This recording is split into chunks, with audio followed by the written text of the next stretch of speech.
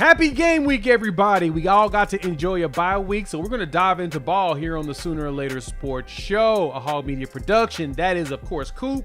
I'm Jay. Thanks for pulling up here on the YouTube channel and listening wherever podcasts are downloaded and listened to while you're here. Please wipe your feet and like, subscribe, rate, review, give us 5 stars. Don't think we deserve it? Go ahead and give us 5 anyway. Gifted.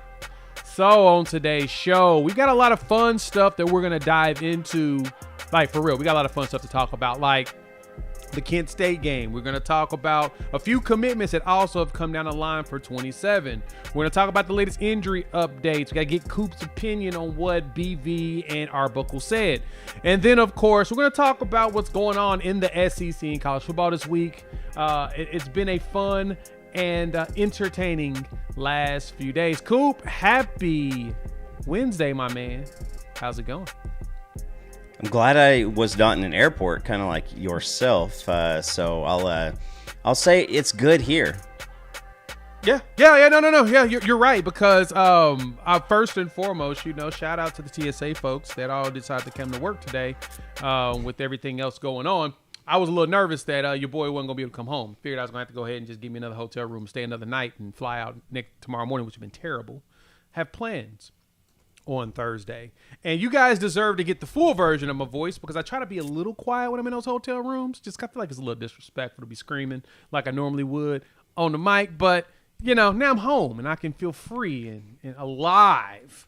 But I do want to start off by first off thanking you all. You all have been doing wonders. We've been doing numbers.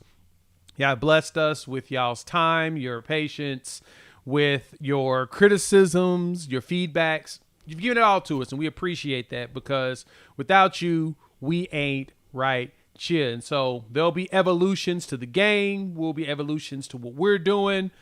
God dog it. And there was a commitment as soon as we start the dang show.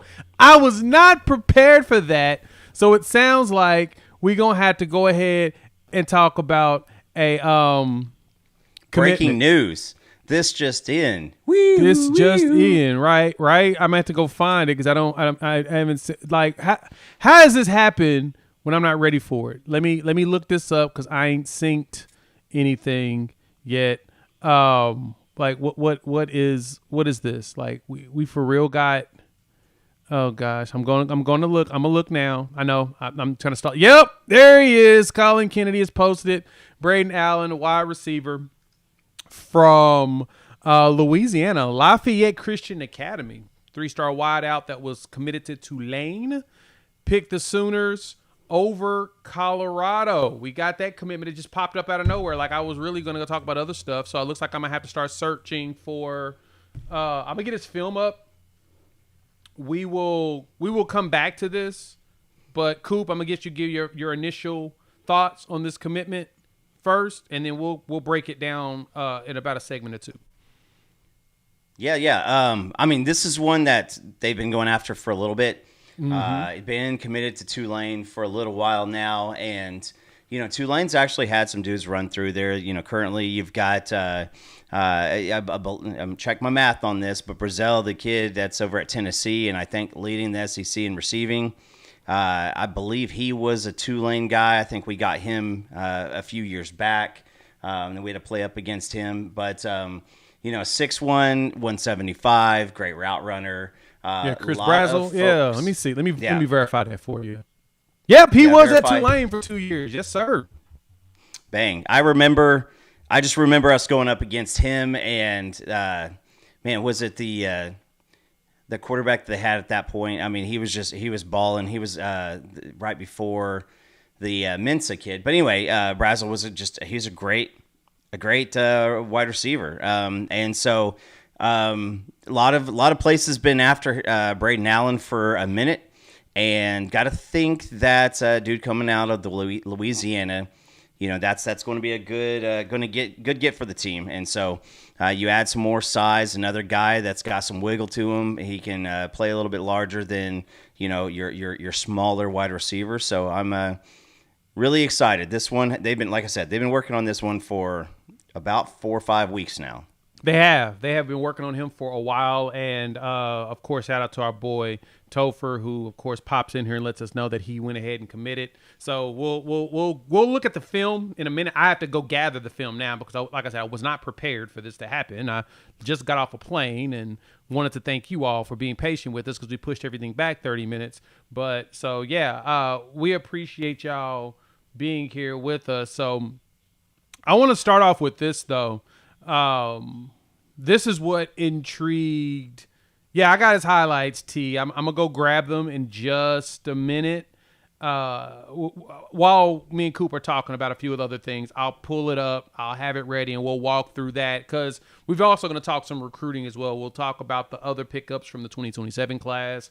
So we've got a lot of things that we're going to jump into. So welcome to Oklahoma, Mr. Braden Allen. I appreciate him pulling up. But I wanted to talk more so. I wanted to lead off with this.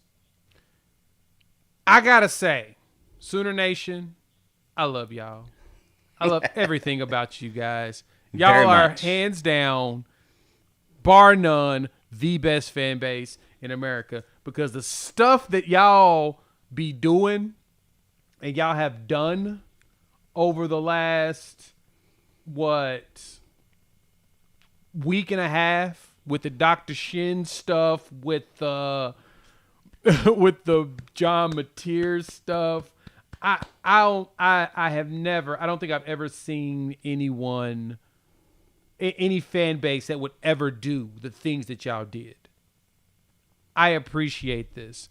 It got so weird now that not only did we have a fan go there to the hospital and drop off some Sooner gear to thank the man for the surgery that he was performing, you've got other fan bases posting in other fan bases boards to give intel. We've got a tortilla presser that has information that we didn't know about. Now, let me preface and explain for the uninitiated, because there's a lot of you that are initiated in the social media games and you know what's going on. But for the uninitiated, let me explain to y'all what went down. So, a tortilla presser says they had a Aggie, a Texas A&M Aggie had relevant news. It says, John Mateer is going to play against Texas. And this is what he said. I was in Chipotle tonight in Norman, Oklahoma, and Mateer was in line in front of me. The tortilla presser asked Mateer how his hand is doing, and Mateer said, great. Then Mateer then said he is 100% going to play versus Texas. Here's hoping Mateer leads the Sooners to a shutout, the Horns. Now, I've seen some folks ask the question as to why would these Ag fans care without realizing that they hate Texas, so of course they care. Anything that hurts Texas helps them. That is like 100% the rule in this. This is what rivalries do. But you've got fans from other bases doing that. And so, of course, we all took this as a grain of salt. We thought it was funny. As you can see, Killer Horse right here saying, of course he said that, right? Yeah, we all was thinking that. But then, the next thing that pops up, Coop, is the tortilla presser took a picture with John Mateer. So I'm just telling you now, this is what's hilarious about all of this, dog. Like, you got somebody jumping in and talking about this in a freaking message board, and we're laughing at it because we think it's ridiculous. Then the dude posts a picture. That tortilla presser is my youngest. He's a junior at OU, and his old man is an Aggie class of '88. This is the best sport out there, hands down, and the funniest thing I think I've seen in a while. Coop, now that I'm done my long rant and I've set the stage for you, talk to the people. As long as Mateer doesn't punch a quesadilla, I'm completely fine with this. Because when you abuse Mexican food, Tex-Mex, whichever nomenclature you want to attach to it, things don't happen well. So I'm wondering, like, did Mateer get a mobile order, or did he show up and was he ordering his bowl, as they were cruising? So But yeah, no, I'm with you. And there's national people picking up these things. These stories are going nationally. Was talking with a guy, at work, and so I work, with USA Today, and so I'm kind of all over the place. And I had somebody up from Wisconsin was like, "Hey, dude, did y'all really have a fan like fly out to California and track down your quarterback while he was in surgery?" And I was like, "No, I think he lived there, but the rest is true." Yes. So these people are picking it up from all over the country. They know bananas. They know my affiliation. As you can see, if I do a conference call with a big client, the stuff that you see in the background's there too. I wear OU hats and shirts and stuff all the time, and so people know who I am when it comes time to that. That sounded a little more cocky and brash than I intended it to, but people know that the affiliation with Oklahoma. So pretty funny. But yeah, it's because I'll say this, like being a guy who has been injured, has had several knee injuries, followed this stuff for a long time. I would love to punch a quesadilla, PG. But I 100%, maybe a ninja kick. I'm not quite sure, but, being a guy who follows the injuries and stuff like that, like I could probably only say that I only knew Dr. James Andrews was probably the only other name I ever had, because I've had, fans, teams that I've rooted for about to go into like the World Series with the Cardinals. Guys did surgery on Kurt Schilling. Obviously right before we played Alabama in the Orange Bowl, I believe, the Tua Kyler Bowl, Tua had his ankle surgery. As Sugar. So, but regardless, there's all these things that come up, and we've always been on the downside of these situations. We've always had somebody who got a Lazarus effect and all of a sudden went from not playing to, being an All-American, to playing against us. So I'm ready for that quesadilla to flip, if you know what I mean. Yeah, shout out to the quesadilla presser for actually popping that out there, man. That is still one of the funniest things I think I've seen come from this fan base. Outside of the 8 million memes that we've got, like at some point, I'm gonna gather them before. Actually, I'm gonna do that for sometime next week before the Texas game. I'm gonna put a compilation of all of the Dr. Shin memes y'all put together. I've got a note on my laptop, on my computer, that has I probably have like 20 links to Twitter of y'all putting stuff up, dog. I gotta say, I appreciate it's a beautiful how well you guys do this. So okay, now that is done, there's so many updates that we have to talk about. So thank y'all for pulling up. Hit the like button. New to the channel, subscribe, rate, review, give us 5 stars. We're gonna talk about Braden Allen now. I finally found some of his footage. Shout out to Sooner D. He gave me a link of a video of his huddle film that's actually on X that I can quickly get a hold of. We're gonna play that so y'all can enjoy seeing Kim. Before we do that, let's pay this bill. You think you know ball? If you do, put your knowledge to the test. Check out Sleeper, one of the best daily fantasy football apps out there in the industry. They've got some of the best promos as well as some of the best options in daily fantasy. What you do is 2 or more players, pick more or less on their statistics, touchdowns, receiving yards, anytime touchdowns, and then you can take advantage of one of their promos where they'll give you like half a yard on a passing on a quarterback that is going to play in the game. So check them out. Use our promo code UNFAIR and you will get 100% match on your first deposit up to $100. Terms and conditions apply. See Sleeper's terms of use for details.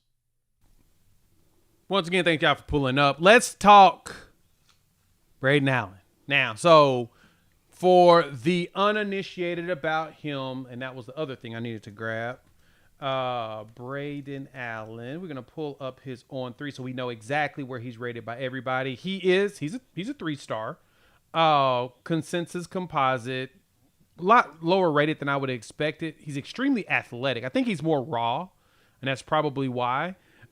His offer sheet, though, is still quite impressive. So consider top 600. He's a top 100 wide receiver in the country, and there's a ton of those. He's got the Ole Misses of the world, Oklahoma's, Colorado, Texas Tech threw a little money at him. Vandy was looking at him. So not the most extensive list, but he's 6'1", 175. So there's talent there. But this is we're gonna look at a little bit of the film. And when I watched him myself as I was prepping for him to potentially commit somewhere, he's going to commit either here or Colorado, because those are the two schools that really had his attention. But the breakaway speed is kind of ridiculous. I see the camera couldn't even keep up. Dude just dipped on him. He's got, like I said, he's got that nice size, and he's one that we're going after bigger receivers that we can get our hands on them, especially those with speed and those that do track. He ran 11.58 in the 100, and set a season best for him in triple jump rep of 45.825. So track and basketball. Coop, what you thinking? How you feeling? I mean, first and foremost, when he's out and he's running, you see the smoothness, you see the body control. Like sometimes those are things that are hard to really teach a wide receiver. When he's got longer arms, so he gives you a good catch radius. He's not going to be a 4-3 threat or anything like that, but he does have that great body control. And when you have that ability to run, fluidly, it does not give your routes away. So I think this is another guy with great, possession capabilities. You look at Keontez Lewis and what he's doing with us currently. He's a guy who has great hands, great body control. He also runs really fluidly. So, you're not going to right off the get, I'm not going to say that this is a guy that's going to run like Hollywood Brown, and this is not a guy that's going to, be a massive frame, like a maybe like a Marvin Harrison Jr. or something like that. But he's just a dude who goes out and does his job and catches the ball. And again, multi-sport athlete. There were a lot of people, he decided to start looking around. There are a lot of people, wanting him to come in and have some of that conversation, to come to their school. And I point out Chris Brazzell, who is now the leading receiver in the SEC and up there at Tennessee right now. And there's a guy who also committed to Tulane, had a lot of potential. So you add him into the guys that we already have. You're needing a few more wide receivers. You're going to lose a couple guys to eligibility. And so getting another guy in here, that's really what you're looking for. Yeah, he looks like a possession guy. And of course, don't get it twisted. He's not going to be the only receiver we're going to get or whatnot for this class. I know that we are working on a few more. But it's good to have somebody that has good possession capabilities. No, he's not the fastest guy in the world. 11.58 that's what 4.8, 4.9-ish area. He could probably he's 6'1", 170, 6'1", 6'2-ish, 175, 180. The good thing is that he's got looks like football speed. Like you put the pads on, he just outrun. He's outrunning defenders there in Louisiana. So we'll see what it looks like, but I'm glad that we added ourselves another player. So thank y'all again for pulling up. Hit the like button. If you are new to the channel, subscribe, rate, review, give us 5 stars.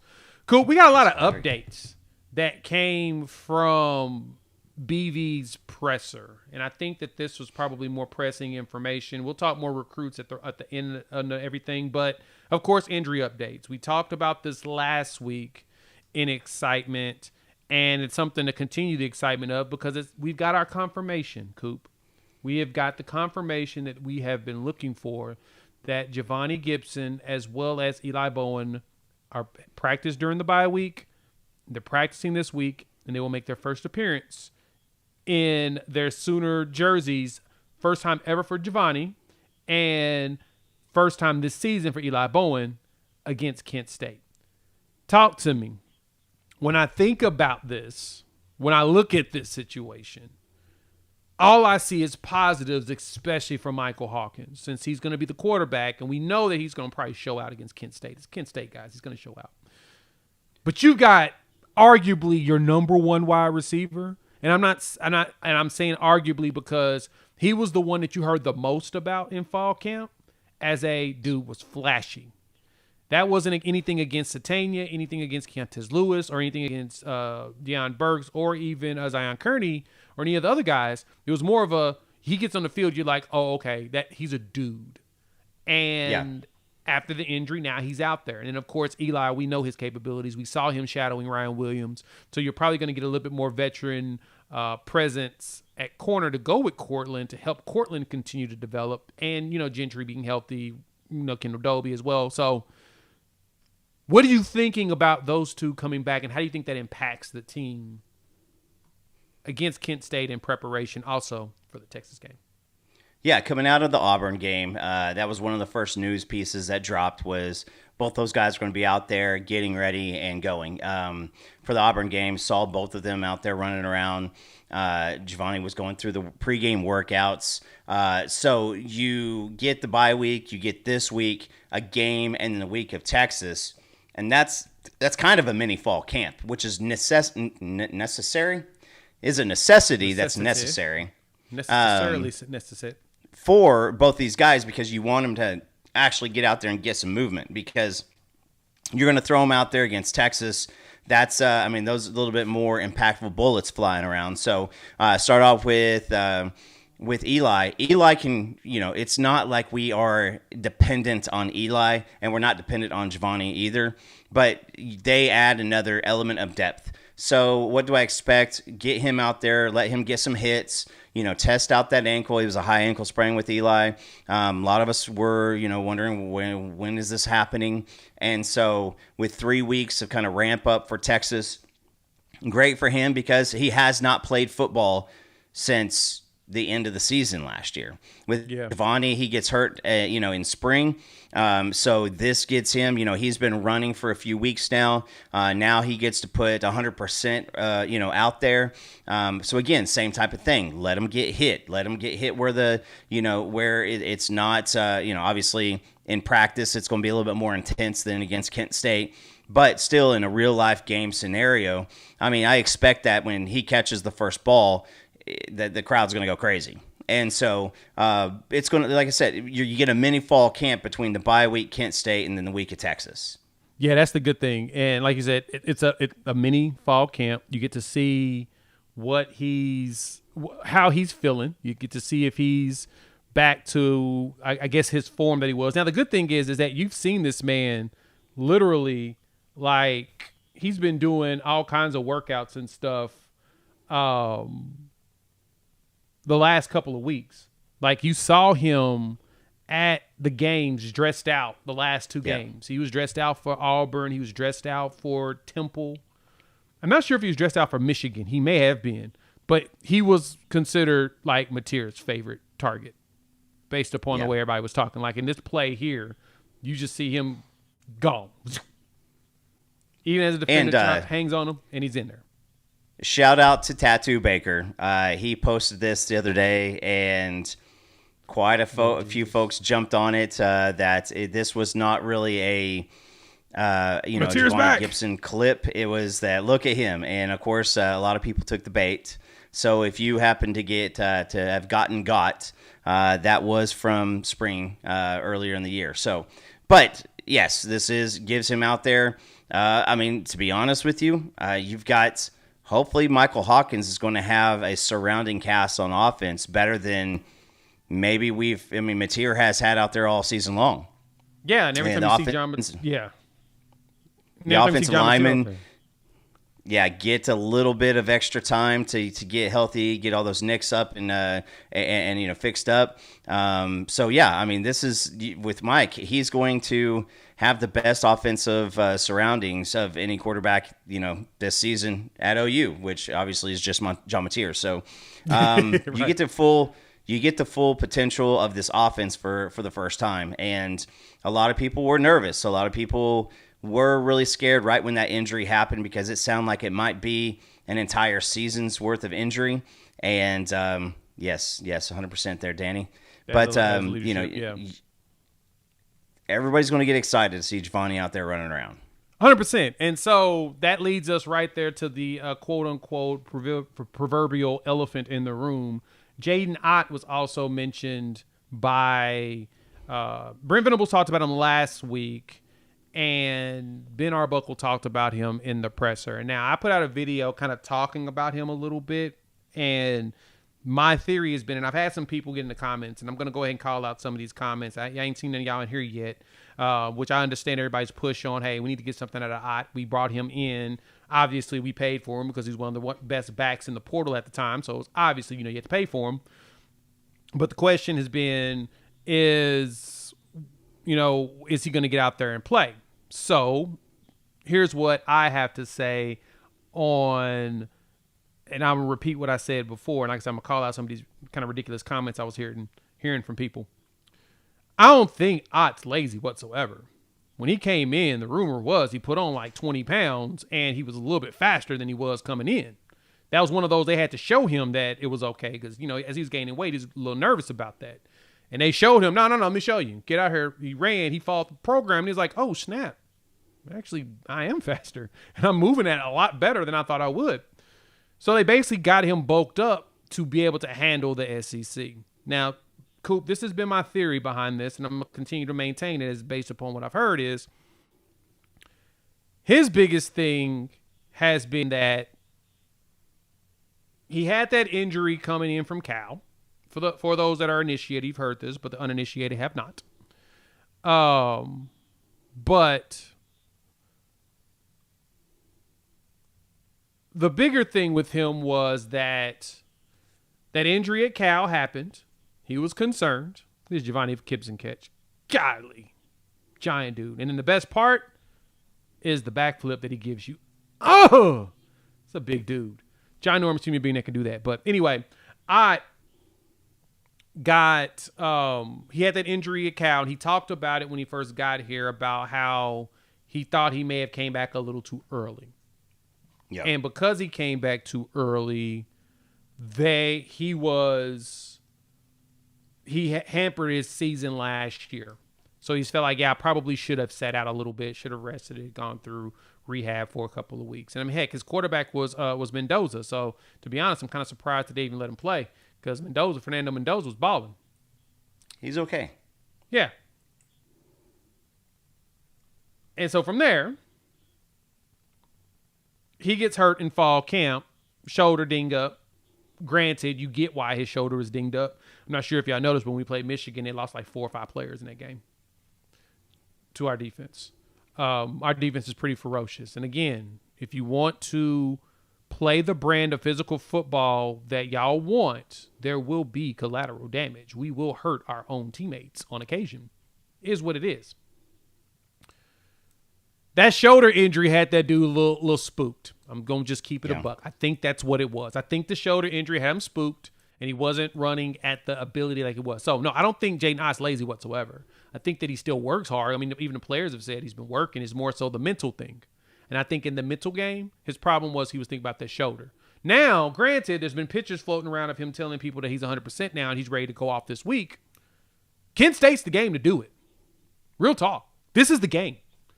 If you are going to show us anything, Jaden AuT, this is the game that you should do it in. I don't care about what the blocking looks like whatsoever. It's Kent State. They gave up 498 yards against Florida State, and Gavin Sawchuk was out there cooking them. And Gavin Sawchuk's a really good running back. We brought you in over him. Now go out there and do the same thing. I need you to go out there. Now, you don't need to get 500 yards rushing by yourself, but I need you to give me a 100-yard game. If you give me 200 on like 4 carries, we'll love you long time. But understand, we need you to give us something, and this is the perfect game to do it. Off my soapbox, Coop, what are you thinking as you've been hearing more stuff come your direction? What's your thoughts around this whole situation with our boy, Jaden AuT? It's Kent State. And if we have anybody watching us from Kent State, you know who you are. So we're not going to be ridiculous about this. Yeah, he should go out there and he should be able to average, 6 yards a carry. And it does not matter, what that looks like, whether that is, a couple 4s and a couple 10s. You need to get out there and do it. Now, I had my freshman year up at Kansas, we had a guy who was awesome pitching in the cages, pitching during practice, and he got in the game, and that fastball disappeared. We got in a game, and he almost tipped his pitches. And our coach was a guy in Missouri, and he would say, listen, homie, I'm from the show me state. He's like, I don't want you to tell me, I want you to show me. And so I think that this is it. If you're going to make an impact and if you're going to do something for this team, this is not a deal to where it's a DeMarco Murray thing. It's not a deal where it's an Arbuckle, anything like that. This is he has to get out there and decide, all right, I want to make a difference. And you're seeing it now with Giovanni Gibson, Eli Bowen. Eli Bowen could have probably played the easy game, got himself really, really, into a good spot mentally, and set out for most of the season, put a couple games out there, and then done something else. Right now, I would say that if you're Jaden AuT, if you want to go to the NFL, and if you're worried about saving yourself for the next level, you got to show something here, because you're going to spend another year going through the transfer portal, going through potential injuries and stuff. And, if you run somewhere else, if you, head out to the Big 12 or, head out to the ACC and go play for a Syracuse or something, it's not going to do you any favors. So you're going to have a healthy offensive line. You're going to have a full healthy offense. Get out there and do it. Let's see it. Let's see it. And Lori, this is exactly what I was talking about. Someone in the chat, he was afraid to get hit. You hurt your shoulder. Because a lot of your game is precedent on you trying to run somebody over. Yeah, it's kind of hard to feel comfortable with getting hit. And so that was my entire point, is similar to the ankle situation. He goes out there, hurts his shoulder again. He's done for the year. So I get where the mental block came in there. But I've heard Mateer, I think, said it after practice. I've heard another one, I think it was Tory Blaylock mentioned it. I've heard actually it was Javonte Barnes that mentioned it. Like, he's in a better headspace, and so what that tells me is, okay, he's getting over his yips. He's all right with trying to hit somebody, taking a hit, and he knows that he'll be just fine. That's what you wanted anyway. You just need him to be okay with taking those hits. So I'm expecting AuT to give us something. Let's put it this way. If AuT does not give you anything this week, just don't expect him for the rest of the season. I expect a red shirt potential transfer. Great example of that, Coop, is Mekhi Hughes up there at Oregon. Running back that came from Tulane. Dude was a beast at Tulane. 1,700 yards or something like that in his career over there. Actually, over 2,000 yards in his 2 seasons. Balling. Went to Oregon, ain't cracked the rotation, just redshirted. Now they're going to try to keep him, but at the same time, he just ain't cracked the rotation, and he probably won't ever crack the rotation. He was one of the dudes I felt like was a sleeper. Ahmad Hardy up there in Missouri. He was my other sleeper for Doak Walker. He's out there balling for Missouri. So in that case, it appears that sometimes it works, sometimes it don't. So if it doesn't, he'll probably portal, but guess what? We still got Tory Blaylock, and he's much healthier than he was than the beginning of the season. So I expect him to also ball out in this game. We still got X-Rob, who's getting better from that hammy. He'll ball out. Still waiting to see when Taylor Tatum comes back healthy. He got hurt, I think, over the summer. Hopefully he gets back healthy. So I think we're fine. Still got Gabe Sawchuk. He's a pretty fast dude. We got backs. We just need somebody to step up and take it, get the spot right behind. And Javonte Barnes is still here, of course. We still got to love on him because that dude can block. I saw him crack somebody's neck. What was that? Was that the Auburn game? Yeah. Auburn game. Ooh, I need to play that video. I need to post that video on social. Just say there's appreciation for what Javonte Barnes provides to the team. He cracks dudes when he blocks. So anyway, Kent State. This is the game. I have the numbers. We're going to talk about those in a minute when we get close. When we go to breaking down the game of just how unfortunately bad they are. It's no shade to them. If y'all listen to Gabe and Teddy, I haven't listened to it yet. I'm actually kind of curious to what their coach has said. They're just not very good right now. But it's all rebuilding. So, yeah. Thank y'all for pulling up. Hit the like button if you're new to the channel. Subscribe, rate, review, give us 5 stars. Coop, let's talk our boy Michael Hawkins. And what do you expect from him in this game? Before we do that, though, let's pay this bill. Before we do that, we have to shout out our partner, Sleeper. Sleeper is a presenting sponsor here of the Sooner or Later Sports Show. And if you're not playing daily fantasy football with them, you are 100% missing out. Check this out here.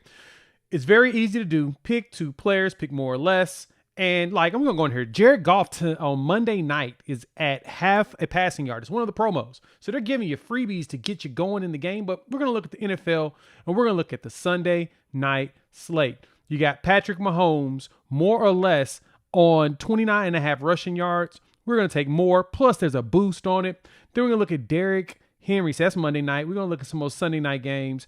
Malik Neighbors, anytime touchdown. I think the Chiefs can't stop him. We're going to pick more on that one. And then we're going to ride with Travis Kelce with no touchdowns in this game. Why? Because, it makes sense to go after him. You could do the same thing too. Check out, download the Sleeper app, use our code UNFAIR, and you'll get a 100% match up to $100 on your first deposit. Terms and conditions apply. See Sleeper's terms of use for details. All right, Coop. Thank y'all again. Pulling up. Hit the like button. New to the channel, subscribe, rate, review, give us 5 stars. We're going to jump into talking Michael Hawkins. Coop, how you feeling about our boy Hawk preparing for this game? This is the easiest assignment that he's had while at Oklahoma. We all forget that he was a freshman last year. That's a fair point. Not ever expected to go out there and win the quarterback job at any point. He gets thrown in a pretty awful situation. Busted up offensive line, no wide receivers. Down by 3 touchdowns against Tennessee. He shows out. He does a great job. Now you get to go be the first freshman since the 80s to go on the road for your first start. And what happens? He opens up play with the big touchdown run. He ends it with a big touchdown pass, lets his defense do the rest, gets a road win. He never got a Maine. He never got a Houston. He never got a Kent State to play against. So he has only faced really good teams in his tenure. You got to think about it. He played Auburn, still had a great defense last year. Texas, South Carolina. And so now you get to roll out here against this team. He's going to be able to do whatever he has the capability to do. I don't think that you're going to have a lot of heat on him. You're going to want to probably loosen him up a little bit, get some quarterback run, but it's going to be like, what you picture yourself doing when you're dreaming about playing college football, going for big runs, throwing big plays. And so I'm really, really excited to see, his talent up against the Kent State talent. There's no comparison. And so, but then like we said, you're going to have the team is really, really focused in on starting some running. So I'm excited to see what he gets out there and does. The wide receivers alone should make him more excited this year. Yeah, that's 100% true. He's got everything. It's a lot better situation. And the bad part for him last year was because of the injuries that we dealt with last season. They were really ones that were truly detrimental to a quarterback, like losing offensive linemen. That really hurts your quarterback's capabilities. It's kind of hard to do your job if you're running for your life the entire time because everybody is hurt. And then if you don't have anybody to throw the ball to, that also is kind of tough to do. And so, as you said, Coop, I think that he'll be fine, especially against Kent State. And truth be told, because of how really good we are on pass blocking, I think he'd be fine even against Texas if we had to play him. Like, just being truth be told. Our pass blocking is really good this year. Like, really good. It is very good. And let's keep it a buck. Kent State, guys, we could throw out Whit Neubauer, and this team's going to score 50 points. You can throw me out there with score 50 points with my bum knee and everything off the airplane. I feel you. Now, against Texas, I think Texas is averaging, like the average offensive rank is somewhere in the hundreds. So they have not yet seen, and you can even throw in the Ohio State game. They have seen nothing but ass on offense, Texas' defense, that is. And this is going to be this is going to be the first opportunity for them. And listen, you go on the road, you're breaking in new quarterback with Julian Sayin. They held him, in check pretty well. They didn't have to do much, and Ohio State's kind of started rolling since then. But since that Ohio State game, it has been a bunch of K-State level offenses going out there. And Stats by Popo, shout out to him. He was sharing some stuff with us. We're not getting into Texas too much. I apologize. But, Michael Hawkins has himself basically, 3 weeks of preparation for him to go out there and find success. And I think between the elevation on the offensive line, the elevation for people around him, he's going to get the chance. Now, we never got to see Hawkins really get in rhythm on offense at all. Auburn, Texas, South Carolina, there was no opportunity for rhythm. So I'm excited to see what happens when he gets some rhythm against K-State, gets some confidence, and all of a sudden starts going, man, I can do these things. Yeah. Because that has yet to happen yet. So really excited, really, really excited to see a complete freak of an athlete get rolling. Yeah, because when you look at this here, let's talk. Go ahead and start talking Kent State. Thank y'all for pulling up. Hit the like button. New to the channel, subscribe, rate, review, give us 5 stars. When you look at this Kent State game here, though, Coop, look at these numbers. Shout out to our guy, Odessi / Stats by Popo. He's going to keep Popo name. I don't care what he thinks. He doesn't get to choose this. But look at this, man. They've given up 176 points. They give up 44 points a game. 115th in third down defense. Everybody converts on them. 76th in red zone defense. 133rd in not only SP plus defensive rank and defense efficiency, but 136th in FEI defense, which takes out all the garbage time stuff. Dog. Look, they are awful. They've given up 1,000 yards rushing this season in 4 games. half that in one game. But hey, listen, it's a sieve. This is a live scrimmage. There was more resistance in the spring talent show that we had this past year. So I 100% feel like we're going to get an opportunity to see a lot of success. You're coming to the crib. People are going to be excited. These guys are well rested after the bye week. You're prepped and you're getting in, you're getting out. So I think that each player can say, what do I want to do today? And it's attainable on offense. On defense, we're going to take whatever we want. Yep. This is what I'm seeing out of this, man. What they're giving up. Team defense past 120. Like, in this is a game where Hawk should walk in and, like I said, he should be able to dominate. Like, and this is the bad part. When I look at this, and I even said this over on Locked On with me and John, that to me, this year was definitely this is a do-over for Hawk from last year. Mainly because, like you said, Coop, he walked in and went straight to Auburn. Like, after the Tennessee game, he didn't really get a warm-up. That Tennessee game wasn't a warm-up. Tennessee had a really good defense last year. But he had to walk in, and then he goes, his first starts out in Auburn on the road, Jordan-Hare, and he goes out there and he walks away with a W. That's massive, and that's all that matters. This is now the game that he needed last year for a true tune-up. Yeah. Everything will be in front of you. Layups are everywhere. Heck, it's crazy because flipping Kent State's giving up more yards than we've gained this year. They just give it up. And we actually have a solid offense. That's the crazy part. And then when you take in consideration the opposite side of it, our defense versus their offense, buddy, is it going to be some problems for them? Their offense doesn't do anything. They don't get third downs, 127th. Red zone, 107th. SP plus 128th. Like, they're ranked in basically the hundreds everywhere. They've only scored 73 points this season. And, of course, we've given up half of that, roughly. Literally, roughly half of that. We've given up 36 points total. They play a lot of good teams, and they just don't score. They don't do much. And what we got to do is, I mean, they've gotten more yards than we've given up in passing this season, which is pretty fascinating. Our goal to go out here is to hold them to less than what we gave up against Illinois State. That's the defense job.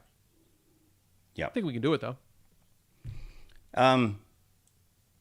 This is game 5 for them. Is that right? So game 5, we've already seen when our defense is playing, we've seen 11 bodies go down. Yep. So I expect to see more of that. I expect to see, our defense, really rack up. And it's not malicious. It's just those guys they're freaks of nature. I mean, they play hard, snap in, snap out. They have that throwing the goose egg up there as a goal still. And I promise you that they've got goals for this game.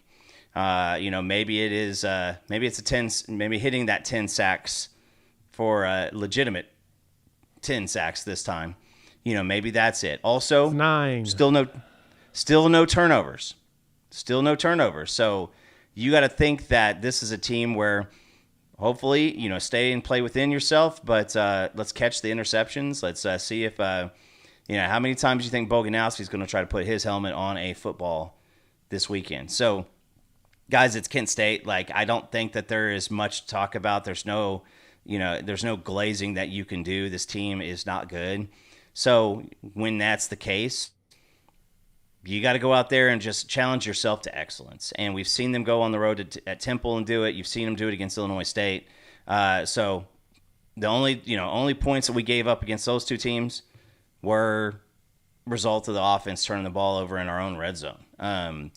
So I think that is that's going to be it. Now, another goal is to get in and get out healthy. So I think that's a big goal, because the last thing you need to do is have somebody in there grinding a little bit too long and roll an ankle, get rolled up on in the third quarter when they shouldn't be out there. We heard a lot of people get frustrated that we lost R. Mason Thomas in the third quarter against who was it, Temple. Maybe he shouldn't even been up there with us being up 30 points. So people will not want to see that. So if you want to see 75, 80 something or something like that, it's still on the table, but we want to see some of the backups do that stuff, because we want to get the starters in and out. Yeah, we need to go ahead, and that's exactly what our focus needs to be. Is we need the young pups to go out there and do their cooking, because why?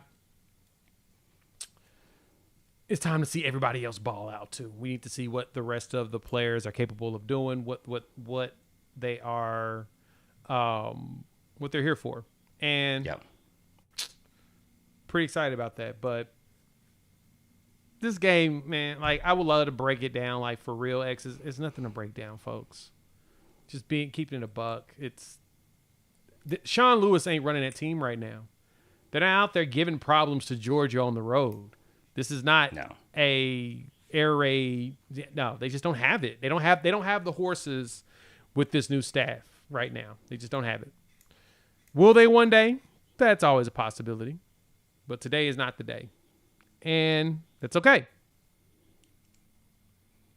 We'll see. Maybe if Mike Gundy goes and coaches them next. That would be so funny. Wouldn't that be a good one for him? Mike Gundy, Kent State coach. You heard it here. I think that would be actually a good hire by Kent State, is to go ahead and snag him. He would do good things for them. But yeah, it's this was the cupcake.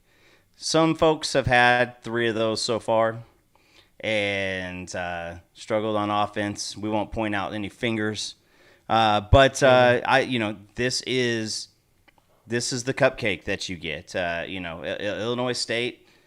It's a cupcake on paper. For us, that team has been scoring close to 50 points a game since they played us.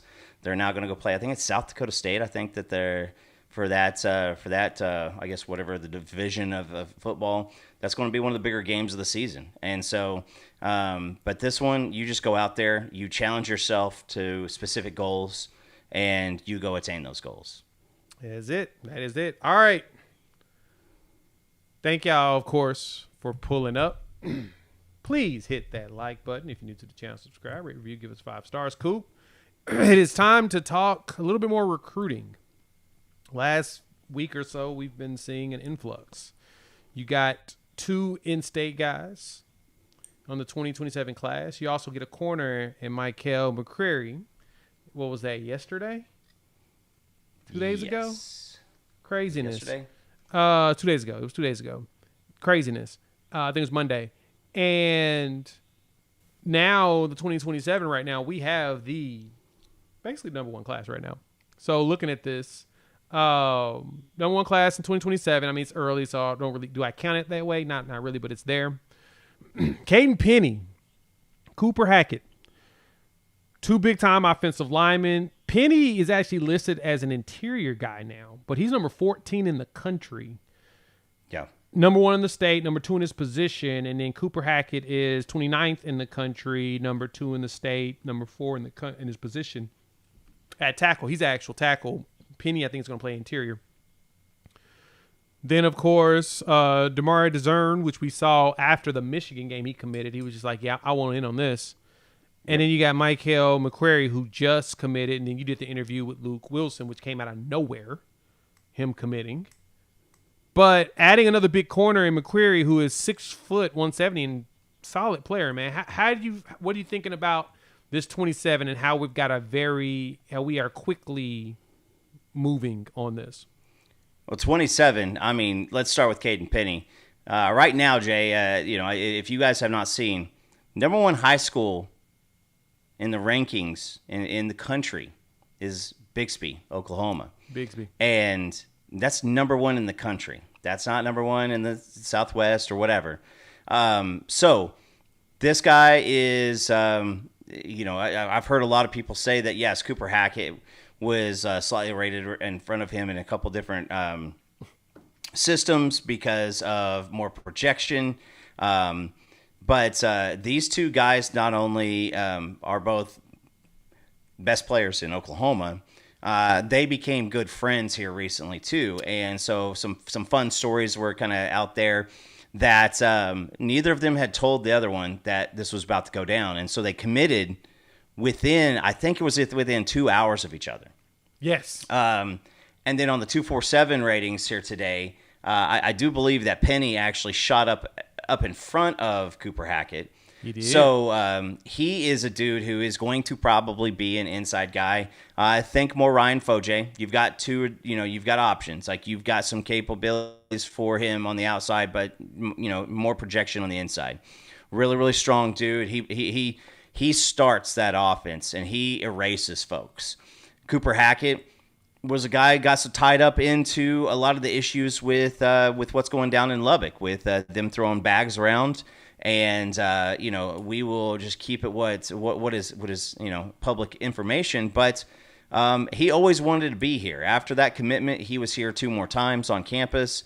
One of his visits, his family was having a hard time leaving, and he went home. He made the thoughts. He looked at what we had presented to him and his family, and it was going to be hard to not get him here in Oklahoma. Now, am I surprised that it happened as early for both of these kids? Yes. If it would have happened later in the year, November, December, January, something like that, that would have made total sense. But these guys are not only wanting to be here, but Cooper Hackett also wants to take the reins and start being a big recruiter too. And so for a dude out of a Fort Gibson, Oklahoma, a lot of people have seen him in camps. A lot of people have seen how many coaches have flocked around him, so he carries some weight there. And then, with Caden Penny, his team's just going to go out there and win like their 47th straight, crystal ball in high school. So, those are 2 big gets. Massive gets. And as y'all wonder, can we recruit linemen? And it appears that Bill Beatonbow has done a really good job of getting people's attention, and we're going to continue that. Plus, the best part, guys, okay, Prep Agenda.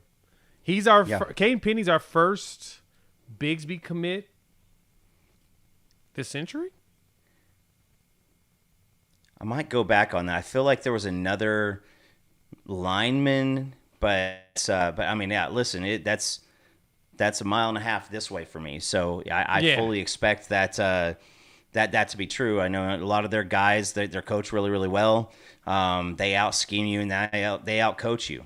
And we've seen a lot of the family. What is it? The Presley family was a bunch of kids from Bixby, and they've kind of gone the Oklahoma State route. So this is the first one, and they've had a lot of big guys. I think that they also had an offensive lineman. My wife actually was his teacher, and I want to say he's at Auburn. So he will probably be a guy who plays some next year. So they've been producing out some D1 talent here recently. So it's good to finally get in there. Yeah, something we need. We need some good offensive linemen, and we need to continue to grow that pipeline. And so it appears that 27 class is going to look lovely in 29. They're going to look lovely in 29. Now, granted, if Cooper is as good as we think he is in 27, you might see him out there next to Fasusi and Fogier. It's always a possibility. During their senior season, junior season, basically junior potentially season, their junior season, which would potentially be their last year here. I totally expect them to be gone. And honestly, I see the 27 class as a class that will probably see a lot of young players play. You're probably going to see a lot of freshmen play because 26 class is improving. We got some good solid pieces in there, but it's not as high as we would like. 27 ends up being a top 5 class like it's projected to be, and other players we know that are interested. That could be a lot of players that we're like, yeah, we want you on the field within the 2 deep. The team will get a little bit younger, but you'll still have veterans in front, which will be a good thing, which means we'll be able to be sustainable. That's the hard part, is making sure you can sustain levels of depth and have freshmen that can contribute, or at least you feel comfortable with contributing.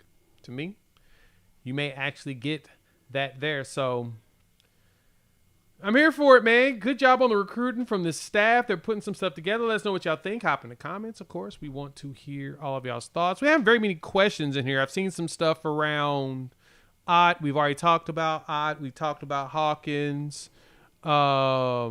Who comes in for Hawkins if we get enough? It's definitely going to be Neubauer.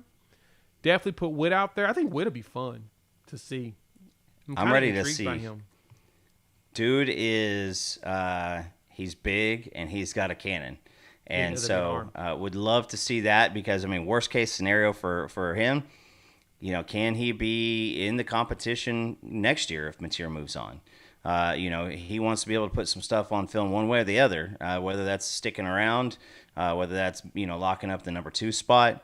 He's not, this isn't the situation like a few years ago where we had a bunch of jokers, back behind Dylan Gabriel. Like you've got some quarterback talent behind John Mateer right now. And so I expect it too. Like if he gets in, they'll let him sling it around a little bit.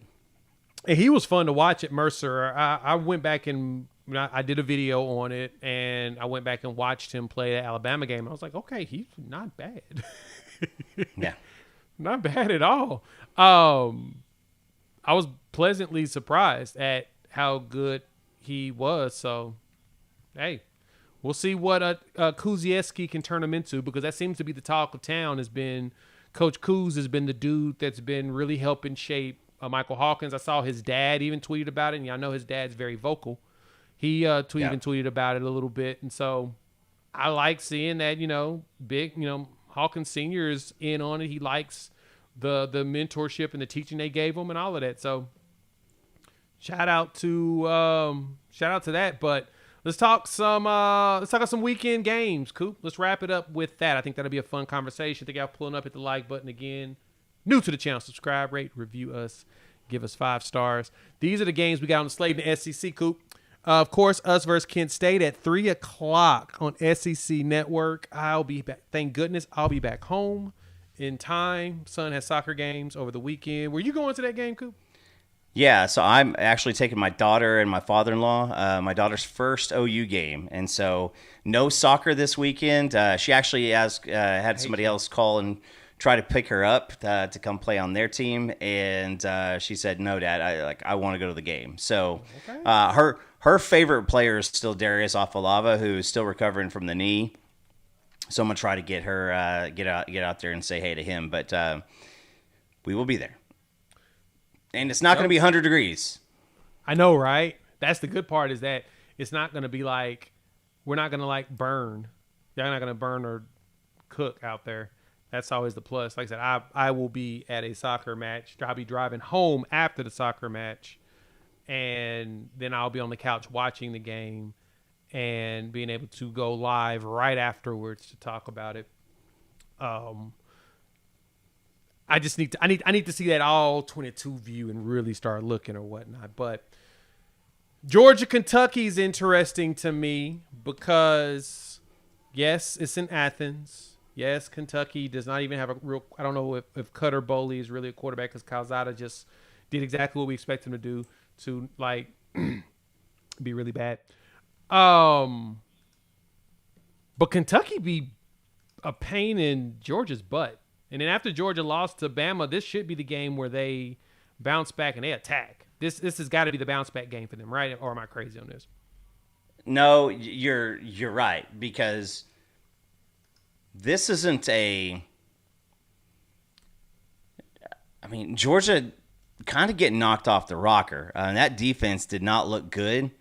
And if your defense looks suspect up against this Kentucky offense – I think this Kentucky offense isn't like in the past where you had somebody who was just obnoxious.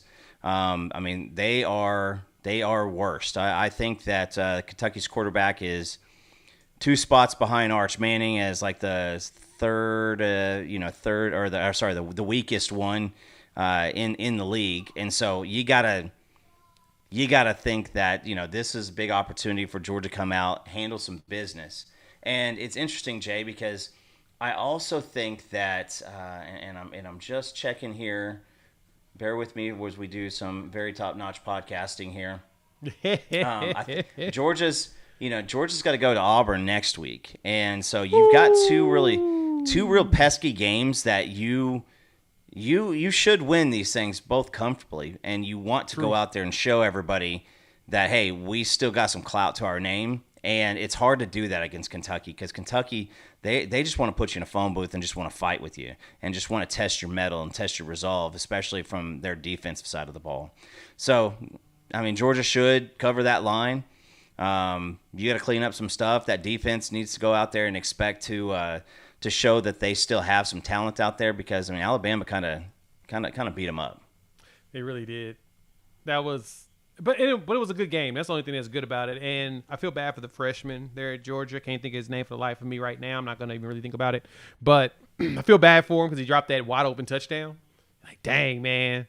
True freshman, man. Right at the middle. Perfectly thrown.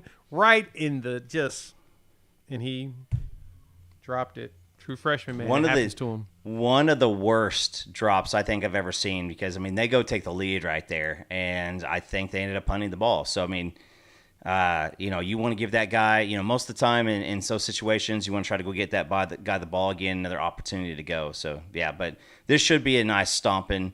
It's probably going to be a game to where everybody's going to kind of have an eyeball on it, going into the late third quarter. To where Kentucky's just kind of hanging out. But if you're Georgia and you really are still a bad boy in this league, you need to go be up by 20 plus at halftime.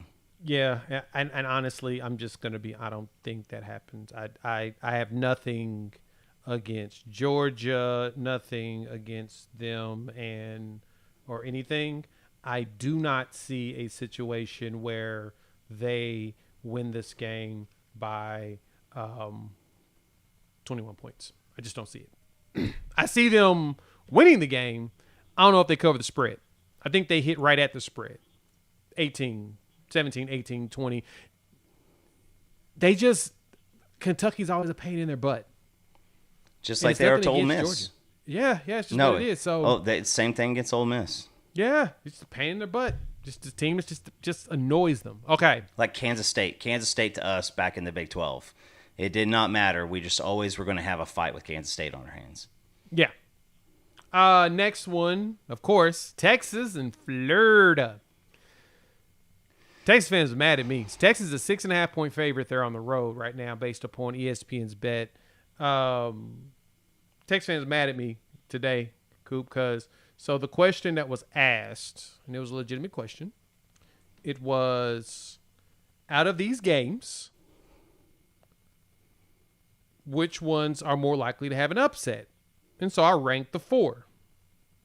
Florida, Vanderbilt. Why did that pop up like that? I hate when this does that. Florida, Vanderbilt. Then I picked Mississippi State, and then I picked Florida State. Because Mississippi State plays against A&M on the road, and then Florida State hosts Miami, who's a 4-point favorite. Which, truth be told, I probably should put Florida State at the top because they're at home. I think there's a better chance of them getting that upset. But I think Florida has a good chance in this one, mainly because both of them are like borderline mirror images of each other. I do believe, and I give it to Pate on this, I do believe that, I mean, both of them offense-wise, especially third down conversion, are basically roughly the same teams. I think that Florida would probably be 3-1 if they had Texas schedule. They probably would have lost to Ohio State and then won the other 3 cupcake games.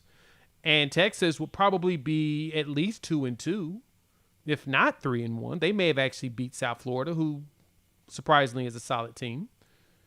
But the spread's only 6.5 for a reason. Texas is supposed to be a double-digit favorite at home, so I get that. This is going to be an interesting game. Truth be told. I need to see whose offense is going to work because remember, Florida threw 5 interceptions and LSU couldn't convert on it. Now, that may be a, indictment on LSU's offense, but have we seen that much better from Texas right now?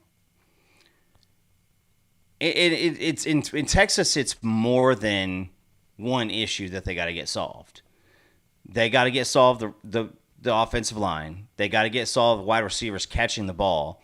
They got to get solved Arch Manning not looking like he's new to football.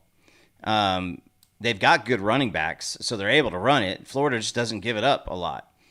And, I mean, I think I saw, what was it? I was trying to look back here and find these stats. But Texas has thrived off of the other team turning the ball over. That's what has been their saving grace. Listen, I mean, no matter what kind of troll you are, like, you got fans booing Arch Manning at home against a cupcake. Booing at home against a cupcake. That didn't come from OU fans. Didn't come from A&M fans. Didn't come from Notre Dame fans. That came from y'all's fans. And we did nothing in this situation. And it's even more embarrassing that y'all are supposed to win the national championship and Arch supposed to win the Heisman Trophy. Neither of those things are happening. So, but Texas is, the teams that Texas has played and moving forward, they turn the ball over a lot less. Now, perhaps Florida aside. But this is going to be a low-scoring game. It's going to come down to who makes those turnovers. Lagway went out. He didn't make any turnovers this last week. They still got ran. But they might be playing for Napier's job. They might be playing for each other. Napier came out and said that he's seen the look in Lagway's eye. I think that's called being tired from practicing because your butt didn't do it all summer long. And so we'll see what happens. Is it going to be a game to where, in the swamp, they smell blood in the water with that Texas offense? They're going to have to make some plays because that Texas defense, I mean, even though that they've faced an average of 100 plus, in offensive efficiency, it's a bad offense at Florida versus a good defense versus bad teams in Texas. And then it's going to be a struggling offense in Texas versus a defense that's done well.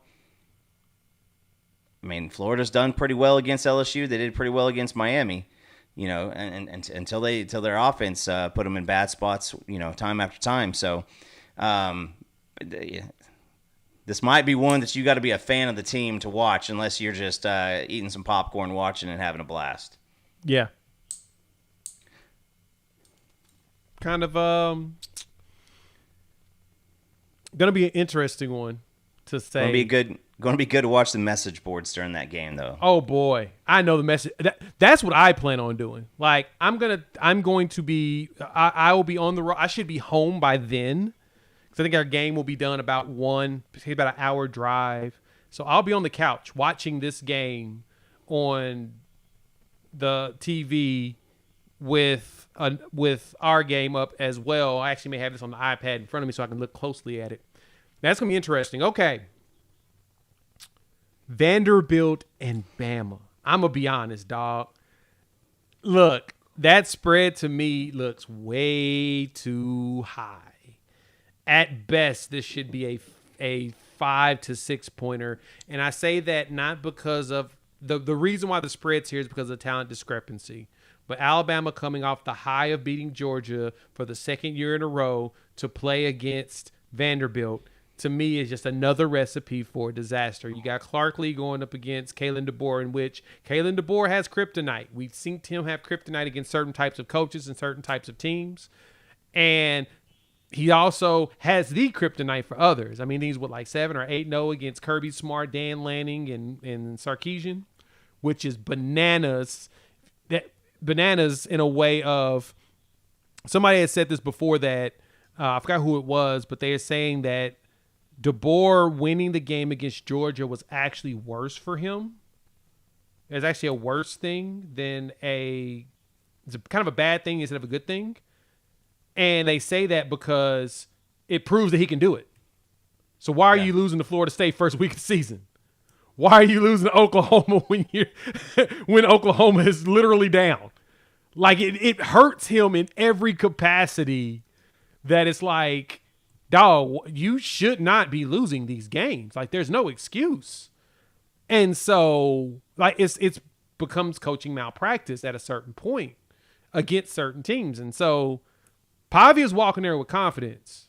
He knows it's going to be loud, and he loves that. He just relishes in it. Got Johnny Manziel in his ear, and Manziel's teaching him, hey, don't do the stupid stuff I did. Yeah. Go out there and be that dude, but be smart about it. Got me just like, hey, man, Pavia is going to do whatever he can to help them on the offensive side get points on the board on a regular basis. I'm curious to what Clark Lee's defense is going to look like. This game's going to be fun. And it sucks because it's the exact same freaking time as Texas and Florida. I got some fun stats for you here. So, Alabama has a great pass defense. I think they're number 2 in the SEC in pass defense. But Alabama in run defense is 14 out of 16. Vanderbilt in rushing offense, number 2 behind Missouri. So Alabama has not shown a propensity to stop the run. And that's what Vanderbilt wants to do. Once everything is set up. They are okay if Pavia throws for 163 yards and 2 touchdowns because they know that they're going to get 2 on the ground. So this sets up very, very, very well because I can promise you one thing. Vanderbilt believes that they can go in there and win. 100%. It is not like I think we feel good about winning. They believe that they can go in there and win. And I promise you that Vandy hype, if that happens, is going to be... Which one's going to be higher? The Fire DeBoer or Vandy hype if Vandy goes in there and wins? Good point. And what are you playing for right now if you're Alabama? Like, yes, this is kind of like the Oklahoma game. They start getting down. We saw no fight out of that team at all. And so I have a very, very good feeling about this game. Vandy is kind of like right in the middle of the pack as far as pass defense. And so this is going to be a fun one. And if this is a close game, Vandy knows that they can go in there and win it. And you start letting those kind of things creep in. If you're Alabama, you're at home. Kalen DeBoer starts getting a little bit more, squeamish because you lose this game and you start 3-2 after what happened last year at the end of the season. There's going to be a lot of folks in Alabama calling for Lane Kiffin, calling for anybody to come and save that squad. This is the crazy part about this, man. I'm looking at this SEC numbers for Vanderbilt, and they're 5th in the conference in total offense at 494 yards. The thing about them is they're 2nd at 223 rushing yards a game, dog. Like, they run the ball. 18 touchdowns on the ground, which is crazy. They run the ball. Scoring offense, they're 2nd in the conference at 49 points per game. Yes, inflated by the 70-point game, but hey, guys. They still scored it. Yeah, they're doing it. So, with that being said, it appears that this is the one problem that we know that Alabama has had. They got a really good pass defense. They lead the conference with only giving up 113 passing yards a game, with us being number 2 right behind them in passing yards. But they give up 160 rushing yards a game. Like I said, 14th in the SEC. This is Alabama's not doing very well at what Vanderbilt wants to do to fuel their everything. Bama doesn't do the things to stop Vanderbilt from doing the things that Vanderbilt wants to do. So we'll see what it looks like, man. I'm excited about that one. That's going to be a fun one. The last one here, of course, is going to be the Mississippi State and Texas A&M game, which will be a fun game to watch at night. A&M are 14.5-point favorites. That Mississippi State game, the Cowbell Bowl against Tennessee, was so much fun last week. I will be watching and floating between all of these games. That was a fun game. So much fun watching Mississippi State and Texas A&M.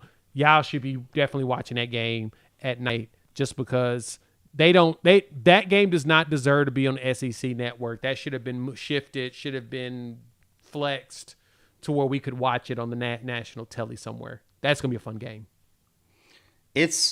Listen, Auburn's offense last week had nothing. Less than nothing. Nothing was working for them.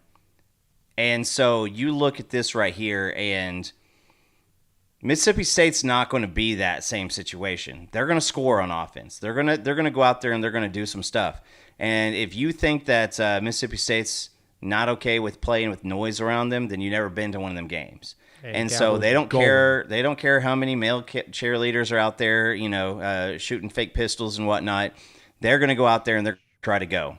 So it's Mississippi State has gotten better on defense, and that's why they held in there last week. So could this be a letdown game for A&M? It was hard fought. They had to keep pressing and pressing and pressing and pressing. Now I do expect a couple of those guys. That Craver kid, he's good. He's Mario very Craver's good. a beast. Yes, he's good, and so I expect the A&M offense to be out there shooting it. Also, I still think I'm going to go and pick Texas A&M on this game. But if you look up and they're in overtime, or somebody's trying to run the clock out, A&M's trying to run the clock out and doing everything they can to survive. I mean, don't be too surprised by that. I think that line's also a little crazy there too.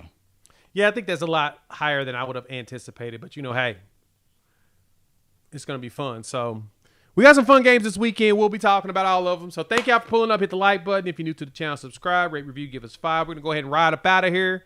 And shout out to our people over there at Sleeper for sponsoring the channel. Make sure you check them out. Use our promo code UNFAIR, and they will match your first deposit up to $100. Plus, they'll give you $20 for free just for signing up. Use our promo code UNFAIR.